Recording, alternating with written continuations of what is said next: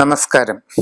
Asia ലൈവിൻ്റെ അനുഷ്ഠാന പങ്ക്തിയിലേക്ക് എല്ലാവർക്കും സ്വാഗതം. നാം ഇന്ന് ചിന്തിക്കുന്നത്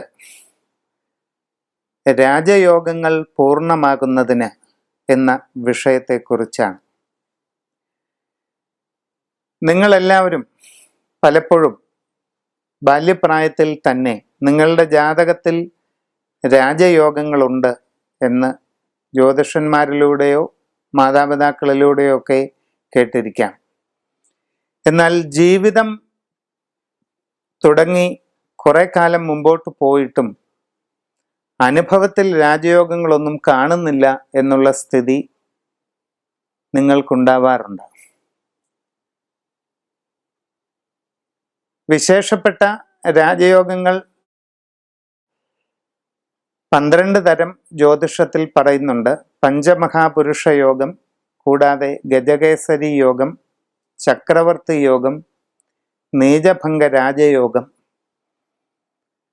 നിധിലാഭയോഗം, ധനഞ്ജയ യോഗം, ഇങ്ങനെ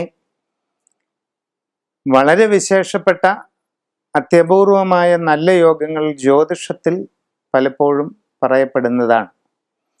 ഇതിൽ പലതും ഒരുപക്ഷെ നിങ്ങളിൽ പലർക്കും ഉണ്ടെന്ന് വരാം. എങ്കിലും അനുഭവത്തിൽ ഈ രാജയോഗങ്ങൾ ഒന്നും തന്നെ ഇല്ല എന്നുള്ള അവസ്ഥ കൂടുതൽ പേർക്കും കണ്ടുവരുന്നു. ജാതകത്തിൽ രാജയോഗങ്ങൾ ഉണ്ടായിട്ടും എന്തുകൊണ്ടാണ് അത് അനുഭവത്തിൽ വരാത്തത്? ജന്മജന്മാന്തരങ്ങളായി നമ്മുടെ വംശപരമ്പരയിൽ നിലനിൽക്കുന്ന എന്തോ ഒരു കാർമ്മിക ബന്ധനമാണ് അനുഭവയോഗങ്ങളുടെ പൂർണ്ണതയ്ക്ക് തടസ്സമാകുന്നത് പലപ്പോഴും. ജന്മജന്മാന്തരങ്ങളിലെ വംശപരമ്പരയുടെ കർമാനന്തര ബന്ധിതാവസ്ഥ നമ്മളുടെ ജാതകത്തിലെ വിശേഷപ്പെട്ട അപൂർവമായ നല്ല യോഗങ്ങളെ തടസ്സപ്പെടുത്തുകയാണ്. അതുകൊണ്ട് തന്നെ ജാതകത്തിൽ അത്യപൂർവമായ വിശിഷ്ടങ്ങളായ യോഗങ്ങൾ ഉണ്ടായിരുന്നിട്ടും അതിൻ്റെ ഒരു പ്രയോജനം നിങ്ങൾക്ക് പലപ്പോഴും കിട്ടാതെ പോവുകയാണ്. ഇങ്ങനെ ജീവിതകാലം പാഴായി പോകുന്നത് പോലെയുള്ള ഒരു നിരാശാബോധവും നഷ്ടബോധവും എല്ലാം നിങ്ങളെ പലപ്പോഴും ബാധിക്കാറുണ്ട്. നിങ്ങൾ സ്വയമേ ഒന്ന് ചിന്തിച്ചു നോക്കിയാൽ ഇത് നിങ്ങൾക്ക് തന്നെ ബോധ്യപ്പെടും. സത്യത്തിൽ ഞാൻ ഇങ്ങനെ കഴിയേണ്ട ഒരാളല്ല, എത്രയോ നല്ല നിലയിൽ എത്താമായിരുന്നു എന്ന് ഒരു പ്രായമെത്തുമ്പോൾ നിങ്ങളിൽ നല്ലൊരു വിഭാഗം ആൾക്കാർക്കും ഉള്ളിൽ തോന്നാറുണ്ട്. പക്ഷേ ഈ തോന്നൽ ഉള്ളിൽ ഒതുക്കി നിരാശകൾ കടിച്ചമർത്തി മുമ്പോട്ട് പോകാനാണ് നിങ്ങളുടെ വിധി പലപ്പോഴും. അത് ഇങ്ങനെയായി തീരാനുള്ള കാരണം എന്തെന്ന് അറിഞ്ഞ് അതിനുള്ള വ്യക്തമായ പരിഹാരം ചെയ്യാത്തത് കൊണ്ടാണ് ഈ ഗതിയിൽ മുമ്പോട്ട് പോകേണ്ടി വരുന്നത്.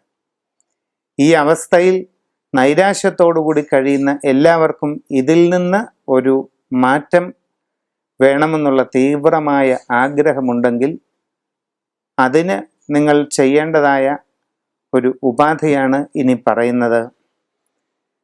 നിരവധി രാജയോഗങ്ങൾ നിങ്ങളുടെ അനുഭവത്തിൽ തടസ്സപ്പെട്ട് കിടക്കുന്നുണ്ടെങ്കിൽ ആ തടസ്സങ്ങളെയെല്ലാം മാറ്റി അത് നിങ്ങളിലേക്ക് എത്തിക്കുന്നതിന് ഏറ്റവും ഫലപ്രദമായ വൈഷ്ണവ വൈദിക അനുഷ്ഠാന കർമ്മമാണ് ശ്രീ രാജഗോപാല പൂജ. രാജഗോപാലമൂർത്തി എന്ന് പറയുന്നത് യമുനാ നദിയുടെ തീരത്ത് കദംബ വനത്തിൽ ഒരു വലിയ കടമ്പ് വൃക്ഷത്തിൽ ചാരി ഒരു കാൽ കടമ്പ് വൃക്ഷത്തിൽ അമർത്തി വെച്ചുകൊണ്ട്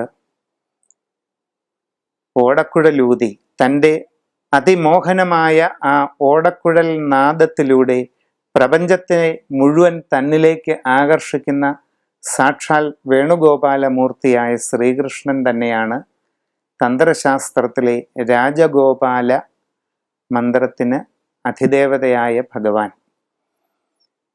ആ ലോകവശ്യം ചെയ്യുന്ന ആ വേണുനാദത്തിൻ്റെ തന്മയത്വം പ്രാപിക്കുന്ന രാജഗോപാല മന്ത്രത്താൽ വിശിഷ്ടമായ രാജഗോപാല പൂജ നമ്മൾ നടത്തുമ്പോൾ നമ്മളുടെ രാജകീയമായ അനുഭവയോഗങ്ങൾക്കുള്ള തടസ്സങ്ങളെല്ലാം ഒഴിഞ്ഞ് ആ രാജകീയമായ സമൃദ്ധി തന്നെ നമ്മളിലേക്ക് എത്തിച്ചേരുന്നു എന്നുള്ളതാണ് സത്യം.